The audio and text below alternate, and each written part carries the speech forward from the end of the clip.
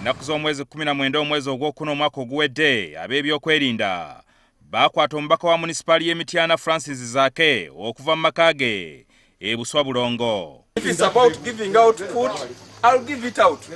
Ono yali alangibwa gwa kuvvoola biragiro ebikwata ku kirwadde kya COVID-19 bwe yasalawo okugabira abantu emmere mu ngeri emenya amateeka. Okujeemera ebiragiro, omulala okugezaako okutta abantu, n'ogwokusatu ekikolwa eky'obulagajjavu ekiyinza okuviirako okusaasaanya obulwadde mu bantu. Bw'atyo yakwatibwa n'atwalibwa mu kaduukulu ka poliisi Emityana saako ekireka gye yatulugunyizibwa. Oluvannyuma Zaake yasalawo okuba abapoliisi bana mu mbuga z'amateeka saako ssaabawolereza wa gavumenti ng'abalanga kulinnyirira ddembe lye.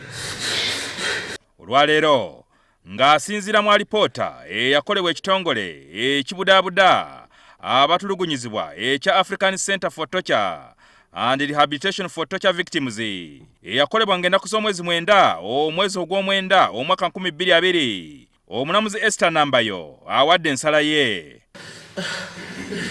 Ono akakasizza nti omubaka Zaake yatulugunyizibwa era n'afuna ebisago. This is funny. People are starving and you're just arresting those who are giving them food. Omulamuzi era yeesigamye ku butambi obulaga engeri Zaake gye yakwatibwa n'atambula bulungi okutuuka ku mmotoka ya poliisi, ate n'obwo obulaga ng'ali mu ddwaliro Lubaga ng'ennaku z'omwezi 22 omwezi ogwokuna omwaka oguwedde. Omulamuzi agamba nti bino byoleka nti okwemulugunya kwa Zaake nti yasambibwa n'afuirwa n'ebintu mu maaso kwali kutuufu. Bw'atyo kwe kulagira gavumenti emuliire n'obukadde 75 saako n'okusasula ensimbi zonna z'akozesezza mu musango guno.